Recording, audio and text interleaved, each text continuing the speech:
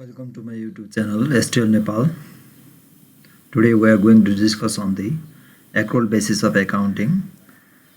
We take the numericals from the Asmita's book publication, BBS first year.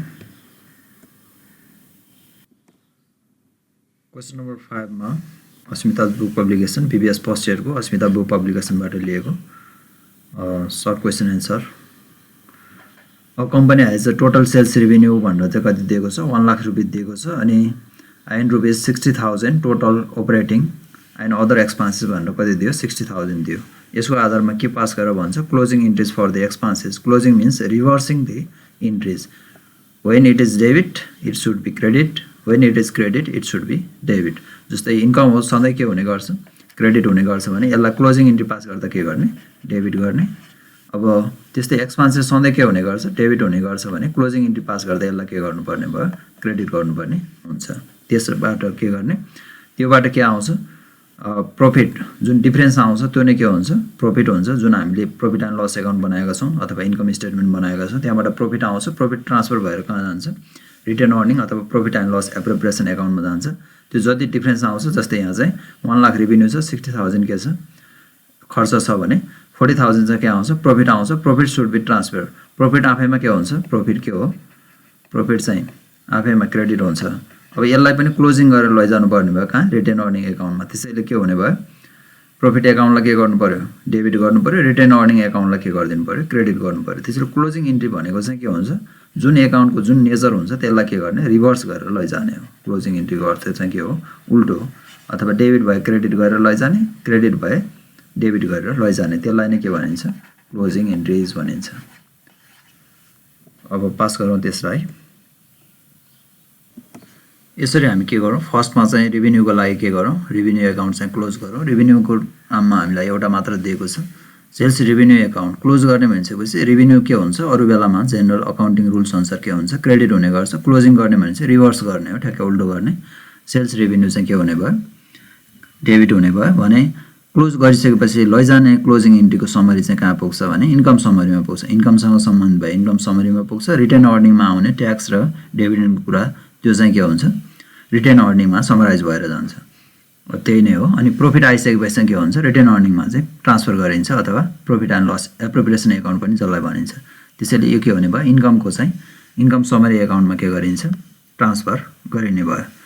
अनि त्यस्तै गरेर income summary account खर्चको लागि चाहिँ के गर्छौं खर्च आफैमा के हुन्छ डेबिट हुन्छ. अब क्लोज गरेर लैजाने क्लोजिङ एन्ट्री भएकोले त्यसलाई के गर्नु पर्यो क्रेडिट गर्नु पर्यो. त्यसैले के हुने भयो यो चाहिँ क्रेडिट भयो. अनि इन्कम समरी अकाउन्ट आफैमा केमा जान्छ डेबिट साइडमा जान्छ. त्यसैले डेबिट हुने भयो अथवा इन्कम स्टेटमेन्टमा जान्छ. अब यसरी यसको डिफरेन्स जति आउँछ त्यो नै के हुन्छ प्रॉफिट हुन्छ. प्रॉफिट चाहिँ हामी के गर्छौं ट्रान्सफर गर्छौं रिटेन अर्निङ अकाउन्टमा. यसरी हामीले के गर्छौं अब इन्कमबाट एक्सपेन्सेस घटाएपछि के आउँछ प्रॉफिट आउँछ. यदि एक्सपेन्सेस बढी रहेछ भने लस आउँछ. त्यस्तो अवस्थामा चाहिँ के गर्छौं प्रॉफिट रहेछ भने चाहिँ इन्कम समरी अकाउन्टलाई के गर्छौं डेबिट गर्छौं अथवा यही नै ब्यालेन्स गर्दा देखिन्छ इन्कम समरी अकाउन्ट कुन साइडमा बढी छ क्रेडिट साइडमा बढी छ किनकि 1 लाख रेभिन्यू छ. इन्कम समरी अकाउन्ट डेबिट साइडमा के छ कम छ. अब कम जता हुन्छ त्यतै के हुने भयो इन्कम समरी अकाउन्ट डेबिट गर्नुपर्ने भयो 40,000 टु रिटेन अर्निङ. यो ट्रान्सफर गरेर के गरिन्छ रिटेन अर्निङ अकाउन्ट जसलाई के पनि भनिन्छ profit and loss appropriation account पनि भन्न सकिन्छ अथवा त्यो पनि लेख्न सकिन्छ profit and loss appropriation account यो लेख्दा पनि हुन्छ. यसरी के गर्छौं यो अकाउन्टलाई चाहिँ क्रेडिट गर्छौं. यो चाहिँ भयो इन्कम समरीलाई के गर्ने क्लोज गरेर रिटेन अर्निङ अकाउन्टमा चाहिँ पठाउने. यदि लस आएको भए हामी के गर्थ्यौं जस्ट रिभर्स गर्थ्यौं हो. जस्तै एक्सपेन्सेस कति भइदिएको भए 1 लाख अनि इन्कम चाहिँ कति भइदिएको भए 60,000 भइदिएको भए हामी के गर्थ्यौं रिटेन अर्निङ अकाउन्ट्स के गर्थ्यौं डेबिट गर्थ्यौं. इन्कम समरी अकाउन्ट चाहिँ क्रेडिट गर्थ्यौं 40,000 ले. यसरी हामी के गर्न सक्छौं क्लोजिङ एन्ट्री पास गर्न सक्छौं. सबै केसमा त्यही नै हो.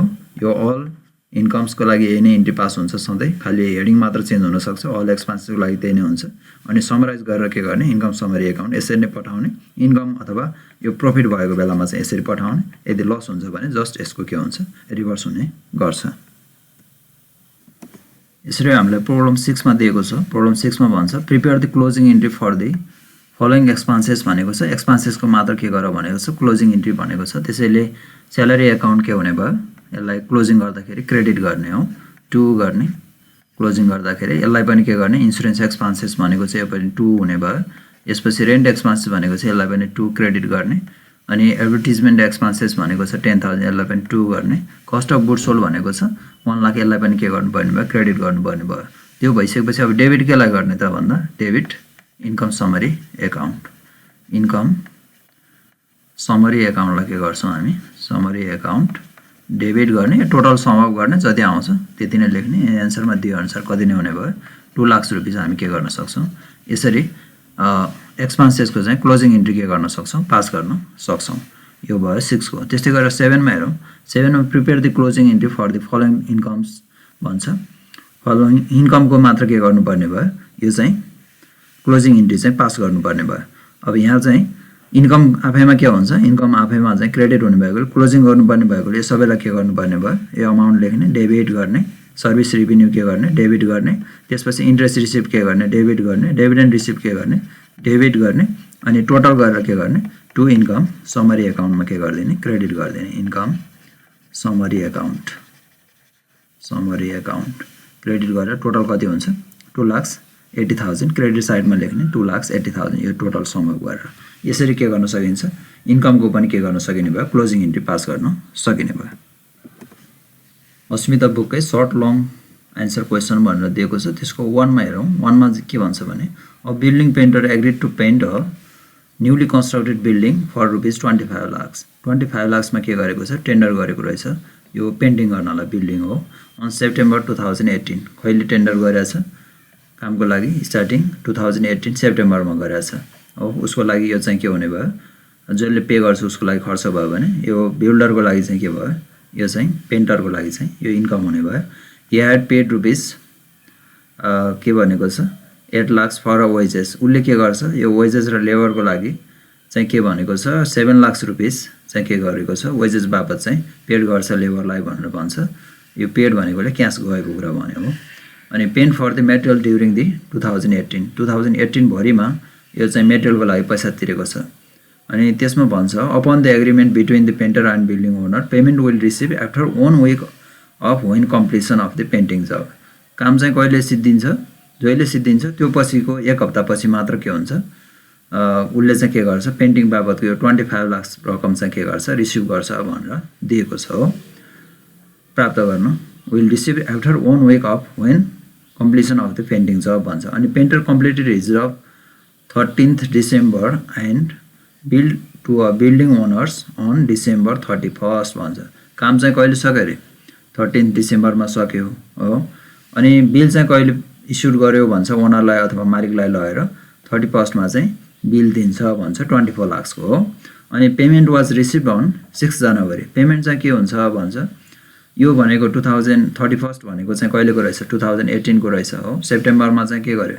कामको लागि एग्रीमेन्ट गर्यो अनि सेप्टेम्बरमै के गरिरहेछ सेप्टेम्बरदेखि नै काम गरिरहेछ डिसेम्बर 30 सम्म काम गरेर सक्यो अनि 31 मा चाहिँ के भएको छ भने 31 मा चाहिँ बिल लिएर मालिककोमा गएको छ मालिकले पेमेन्ट चाहिँ कहिले गर्छ भनेको छ यही नै भनेको छ 1 week of the when completion सकिएको एक हप्ता पछाडि भनेकोले बिल लिएर बल्ल कतिमा गयो 31 मा त्यसैले काम सिद्धिएको एक हप्ता पछि 6 जनवरीमा चाहिँ के गर्ने भयो 2019 मा चाहिँ बिल्डिङ ओनरले चाहिँ के गर्छ त्यो पेन्टरलाई चाहिँ के गर्छ पैसा दिने भयो हो कति पैसा दिने हो दिन्छ हो एग्रीमेन्ट कतिमा छ 24 लाखमा छ भन्छ अनि त्यो पेन्टरले चाहिँ के गर्छ आफ्नो अकाउन्ट चाहिँ के गर्छ भन्छ 31 डिसेम्बरमा चाहिँ क्लोज गर्छ भन्छ त्यसको आधारमा के गर्नुपर्ने छ painters income statement under cash and accrual basis दुवै आधारमा बनाऊ भन्छ क्याश बेसिसमा इन्कम स्टेटमेन्ट कस्तो देखिन्छ बनाऊ त्यसपछि के भनेको छ यो पनि फेरि दुईवटै इयरको लागि 2018 को लागि पनि इन्कम स्टेटमेन्ट बनाउनु पर्ने भयो 2019 को लागि पनि के गर्नुपर्ने छ इन्कम स्टेटमेन्ट बनाउनु पर्ने छ फर्मेट बनाऊ यसरी हामीले के गर्न सक्छौं इन्कम स्टेटमेन्टको चाहिँ फर्मेट बनाऊ income statement for the year ending 2018 को लागि एउटा बनाऊ 2019 को लागि अर्को बनाऊ किनकि दुईवटै वर्षको लागि बनाऊ भनेको छ फर्स्ट कलममा चाहिँ के क्याश बेसिसको लागि लेखेका छौं सेकेन्ड कलममा एक्रुअल बेसिसको त्यही आधारमा के गर्ने फर्स्टमा चाहिँ इन्कम के दिएको छ अथवा रेभिन्यू के दिएको छ हेर रेभिन्यू दिएको छ रेभिन्यू भन्छ 24 लाख के गरेको छ 24 लाखमा चाहिँ कन्ट्र्याक्ट चाहिँ लिएको छ अनि काम चाहिँ कहिले सिद्ध्याएको छ भन्दा 13 डिसेम्बरमा चाहिँ काम सिद्ध्याएको छ बिल कहिले दियो भन्दा 31st अब इस्युड गरिसकेको छ काम सकेर बिल चाहिँ के गरिसक्यो इस्युड गरेको छ 31st मा हो। अनि पैसा प्राप्त गर्ने चाहिँ कहिले छ भने त्यो इस्यु गरे बापतको चाहिँ अर्को वर्षको चाहिँ 2019 को 6 जनवरीमा चाहिँ के गर्छ रिसिभ गर्छ भनेको छ। त्यसैले एग्रोल बेसिसमा र क्याश बेसिसमा के हुन्छ इन्कम जेनेरेट गर्ने अथवा रेभिन्यू गर्ने कुरा चाहिँ के हुन्छ फरक हुन्छ। यसमा चाहिँ के भन्ने भयो क्याश बेसिसमा पैसा आएको छ रेभिन्यू बापतको आएको छैन 2018 मा आएको छैन। त्यसैले यहाँ चाहिँ के हुने भयो नील हुने भयो अथवा जिरो हुने भयो हो इन्कम आएको छैन। एग्रोल बेसिसले काम कहिले सक्यो भन्दा 31 डिसेम्बरमै काम सकेको छ। त्यसैले 31 डिसेम्बरमा काम सकेर बिल जारी गरेको छ भने बिल जारी गर्ने बित्तिकै के लेख्छ एग्रोल बेसिसले इन्कम लेख्छ। त्यसैले इन्कम कति लेख्ने भयो एग्रोल बेसिसले 24 लाख लेख्छ हो। अनि त्यसपछि यही कुरालाई हेरौँ 2019 मा आएर हेर्दा रेभिन्यू चाहिँ के हुने भयो रेभिन्यू 2019 मा क्याश बेसिसमा चाहिँ के हुने भयो 6 जनवरीमा प्राप्त गर्ने भएकोले 2019 मा मात्र उसले के गर्छ रेभिन्यू चाहिँ इन्कमको रूपमा लेख्छ भने यसमा चाहिँ बिल जारी गरेको छ एग्रोल बेसिसमा 2019 मा बिल जारी गरेको छैन। कतिमै जारी गरिसकेको छ इन्कम बापतको बिल 2018 मा जारी गरेको छ। त्यसैले यहाँ चाहिँ के नआउने भयो एग्रोल बेसिसमा इन्कम चाहिँ नआउने देखिन्छ। अब त्यस पछाडि लेस खर्च चाहिँ के गर्नु पर्यो घटाउनु पर्यो। खर्चमा यहाँ के दिएको छ वेजेस र पेन्ट मेटेरियल भनेको छ। एउटा वेजेस छ अर्को चाहिँ के छ पेन्टिङ मेटेरियल अथवा मेटेरियल छ। अब यसमा पनि हेरौँ दुवै इयरमा लेस वेजेस अर्को छ मेटेरियल। अब यसमा हेरौँ यसमा के भन्छ he paid rupees 8 lakh for the wages 8 lakh चाहिँ के गरेको छ वेजेसको लागि तिरेको छ भनेको छ हो। तिरेको भएपछि के हुने भयो पैसा तिरेको भएपछि क्याश बेसिसमा पनि आउने भयो। क्याश बेसिसमा कति आयो वेजेस पेड गरेको 8 लाख रुपिस के हुने भयो आउने भयो। यो खर्च भएकोले माइनस भयो। अनि त्यसपछि अर्को के तिर्यो भनेको छ 7 लाख तिर्यो भनेको छ पेन्ट मेटेरियलको लागि। यो पनि पैसा गएकोले के हुने भयो क्याश बेसिसमा रेकर्ड हुने भयो 2018 मै गएको हो यो हो। त्यसपछि अर्को यहाँ ध्यान दिनुपर्ने कुरा चाहिँ के छ भने काम गरेको कहिले छ 2018 मा काम गरे बापत वेजेस कति दिएको छ 8000। त्यसैले एग्रोल बेसिसले पनि के गर्छ पैसा गएको पनि छ र काम पनि लिएको छ। त्यही बेलामा के गरेको छ सर्भिस चाहिँ रिसिभ गरेको छ वेजेस बापत भने त्यो पनि उसले के गर्ने भयो खर्च लेख्ने भयो हो एक्सपेन्सेसमा आउने भयो। भने मेटेरियल बापत पनि के गरेछ मेटेरियल युज गरेछ मेटेरियल युज गरेको छ 2018 मा भने एग्रोल त्यो पिरियड कन्सेप्टले के भन्छ त्यसलाई खर्च लेख्नुपर्छ भन्छ। यसले के गर्ने भयो खर्च लेख्ने भयो हो। अनि त्यस्तै गरेर क्याश बेसिसमा हेर्ने हो भने 2019 मा के भएको छ क्याश बेसिसमा वेजेसको लागि पैसा गएको छ छैन मेटेरियलको लागि पैसा गएको छ छैन हो। अनि त्यसपछि 2019 मा एग्रोल बेसिसको लागि कुनै खर्च भएको छ किनकि बिल सबै जारी गरेको कहिले छ 31 डिसेम्बरमा बिल जारी गरिसकेको छ। काम नै कम्प्लिट गरिसकेकोले 2019 मा कुनै पनि खर्च भएकै छैन हो। कुनै पनि खर्च के भएको छैन भएको छैन। त्यसैले अब जिरो भएकोले नील लेख्दा पनि भयो अथवा नलेख्दा पनि भयो यहाँ खर्च कुनै पनि आएन हो। अब त्यसैले एग्रोल बेसिस र क्याश बेसिसको आधारमा 2018 को लागि चाहिँ के देखिने भयो अब यसबाट नेट इन्कम यदि प्लसमा आउँछ भने नेट इन्कम भयो माइनसमा आयो भने के भयो नेट लस भयो हो। क्याश बेसिस फलो गरेको भए 2018 मा उसको के देखिने भयो नेट लस देखिन्छ 15 लाख किनकि उसँग आम्दानी भएकै छैन हो। अनि त्यसपछि यदि एग्रोल बेसिस फलो गरेको भने काम गरेर बिल जारी गरेको पनि 18 मै हो। काम बापतको भुक्तान गरिसकेर सर्भिस लिएको पनि कहिले नै हो 18 मा नै हो। त्यसैले 15 लाख घटाउँदा कति देखिन आउँछ 9 लाख रुपैयाँ चाहिँ उसको इन्कम देखिन आउँछ एग्रोल बेसिसमा 2018 मा हो। अब यो भयो 2018 को। त्यस्तै गरेर 19 मा पनि हेरौँ 19 मा यदि इन्कम भएको भए केमा आउँछ प्लसमा आउँछ नेट इन्कम। यदि लसमा भएको भए माइनसमा आउँछ। अब यसमा क्याश बेसिसमा के छ 19 को जनवरी 1 मा मात्र रिसिभ भएकोले 24 लाख उसले के गर्ने भयो इन्कम लेख्ने भयो। एक्सपेन्सेस के भएको छैन पैसा तिरेको छैन त्यो वर्ष अघिल्लो वर्ष तिरिसकेको छ। त्यसैले 24 लाख चाहिँ के हुने भयो उसको इन्कम देखिन्छ नेक्स्ट इयरमा गएर अथवा 2019 मा। अनि त्यसपछि अर्को छ एग्रोल बेसिसमा चाहिँ इन्कम पनि भएको छैन 2019 मा एक्सपेन्सेस पनि भएको छैन। त्यसैले यहाँ कति नै हुने भयो यहाँ प्रॉफिट अथवा लस जे भने पनि अथवा नेट इन्कम अथवा लस जिरो नै हुने भयो। अब ओभरअलमा हेर्दा चाहिँ के देखिन्छ 19 मा 18 मा इन्कम स्टेटमेन्ट अनुसार क्याश बेसिस अनुसार 15 लाख लसमा देखिन्छ अनि 24 लाख प्रॉफिटमा देखिन्छ केमा 2019 मा ओभरअलमा हेर्ने हो भने यो व्यवसायमा प्रॉफिट कति नै भएको छ चाहे त्यो एग्रोल बेसिस हो 9 लाख नै भएको छ क्याश बेसिसमा पनि अनि त्यस्तै गरेर एग्रोल बेसिसमा प्रॉफिट कति भएको छ 9 लाख भएको छ अर्को वर्ष 0 भनेको पनि एग्रोल बेसिसमा पनि कति नै आएको छ 9 लाख आएको छ तर नेट इन्कम अथवा लस यो बेसिस अफ एकाउन्टिङ कुन फलो गरेको छ क्याश बेसिस फलो गरेको छ अथवा एग्रोल बेसिस फलो गरेको छ भन्ने आधारमा त्यो पार्टिकुलर इयरमा चाहिँ के हुन्छ इन्कममा चाहिँ इन्कम अथवा प्रॉफिटमा चाहिँ के पर्छ त्यसको इम्प्याक्ट पर्छ त्यसकै आधारमा के हुन्छ यदि ट्याक्स पेड गर्नुपर्ने व्यवसाय रहेछ भने त्यसमा के हुन्छ क्याश बेसिसले फलो गर्दा ट्याक्स तिर्नुपर्ने अथवा जस्तै यहाँ लस भएकोले ट्याक्स तिर्नु नपर्ने हुन सक्छ हो 2018 मा भने 2019 मा गएर चाहिँ 24 लाखमा के गर्नुपर्ने इन्कममा चाहिँ ट्याक्स तिर्नुपर्ने हुन्छ त्यस्तै एग्रोल बेसिस हो भने के छ 9 लाखमा 2018 मै के गर्छ अनि यसमा चाहिँ के हुन्छ तर यहाँ ट्याक्सको पर्पजले के हुन्छ भने यो लास्ट इयरको क्यारी फरवर्ड गर्न पाउँछ 15 लाख लस भएकोले अर्को वर्ष के गर्न पाउँछ त्यो इन्कममा के गर्न पाउँछ एडजस्ट गर्छ अनि देखिने त नेट इम्प्याक्ट कति नै हो 9 लाख नै इम्प्याक्ट देखिन्छ यसमा नै के गर्छ कर तिर्छ दुवैले तिर्ने कर त के हुन्छ यदि इयर डिफरेन्समा ट्याक्स रेट चेन्ज भएको रहन्छ भने चाहिँ के हुन्छ सेम नै के गर्छन् दुवैले कर तिर्छन् यसरी के गर्न सकिन्छ क्याश बेसिस फलो गरेको छ कि एग्रोल बेसिस भन्ने आधारमा रेकर्ड गर्न सकिन्छ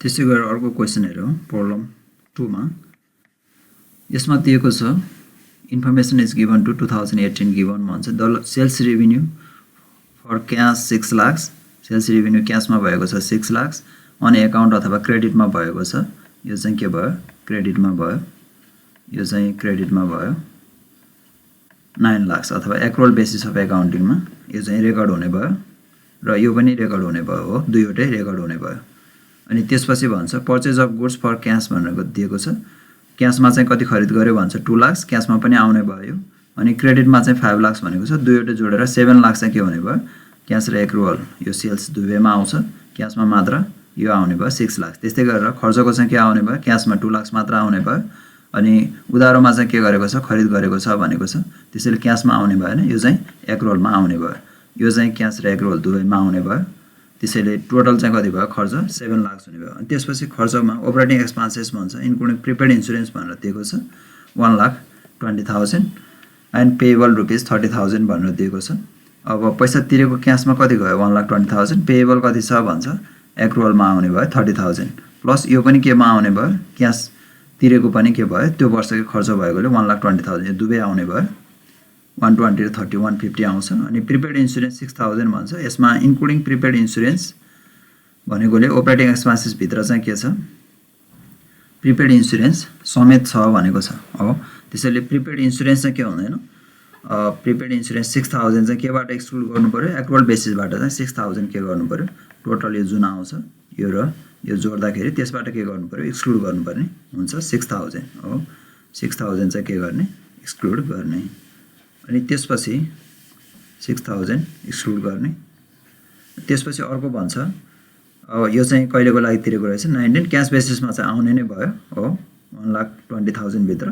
तर एक्रुअल बेसिसमा चाहिँ 114 मात्र आउँछ 1,14,000 मात्र आउँछ त्यो कुरा 1 लाख यो दुवै जोडिसकेपछि डिडक्ट गर्दा पनि हुन्छ त्यसपछि अर्को छ amount receive from a customer 40,000 as an advance not include in sales भनेको छ अब सेल्समा चाहिँ इन्क्लुड छैन रे यो भए पनि क्याश बेसिसले के गर्छ क्याश बेसिसमा चाहिँ 6 लाख प्लस यो 40,000 के गर्नुपर्ने भयो एडिसन गर्नुपर्ने भयो क्याश बेसिसको लागि तर एक्रुअल बेसिसले एडभान्समा लिएको कुरालाई के मान्दैन इन्कमको रूपमा अथवा अर्नको रूपमा मान्दैन अथवा कमाएको आम्दानीको रूपमा मान्दैन त्यसैले पछि के गर्ने हो उसले चाहिँ पछि नै के गर्छ जुन बेलामा त्यो के गर्छ सर्भिस प्रोभाइड गर्छ त्यही बेलामा के गर्छ इन्कम गर्छ तर क्याश बेसिसले 40,000 लिएर 6,40,000 हुने भयो हो अनि एक्रुअल बेसिसले चाहिँ के हुने भयो 6 लाख प्लस 9 लाख गर्दा 15 लाख मात्र के गर्छ इन्कमको रूपमा लिन्छ 40,000 लाई इन्कमको रूपमा लिँदैन यसरी के गर भनेको छ income statement under cash and accrual basis of accounting for the year 2018 को लागि प्रिपेयर गर भनेको छ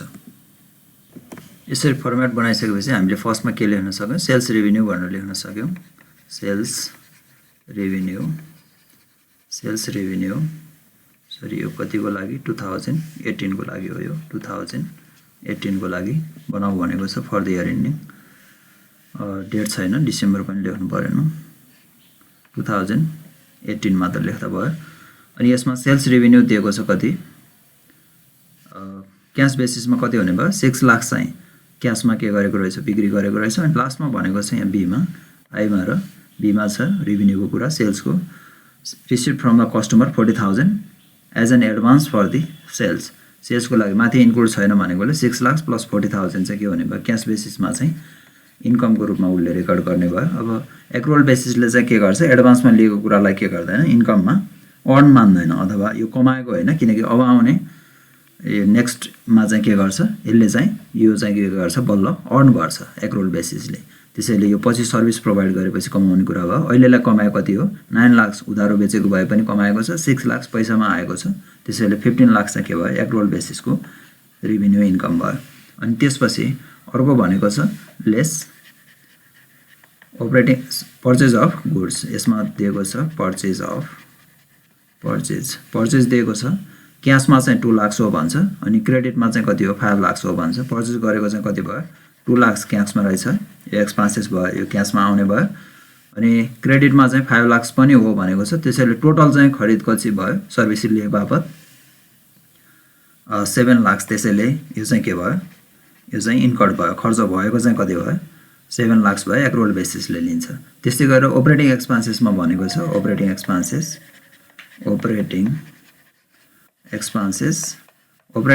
यहाँ दिएको छ, इन्क्लुडिङ प्रिपेड एक्सपेन्सेस भनेको छ, प्रिपेड एक्सपेन्सेस सहित चाहिँ कति हो अरे 1,20,000 हो भनेको छ। अब 1,20,000 पैसै गएकोले के गर्छ, अपरेटिङ एक्सपेन्स क्यास बेसिसले लिन्छ नै हो, यो पैसै गएको भयो।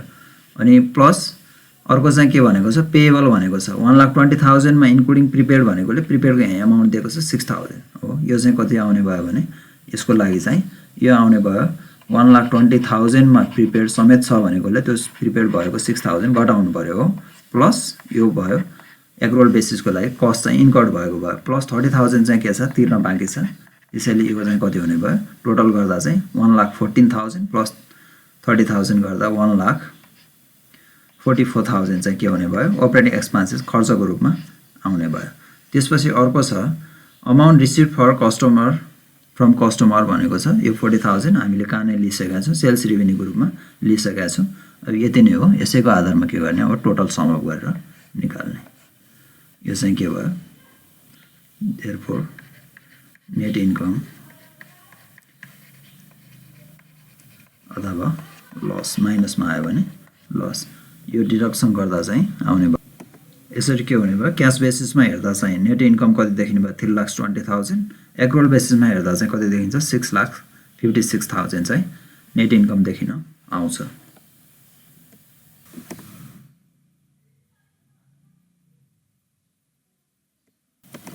Thank you for watching my channel. Don't forget to subscribe, share, comment and like.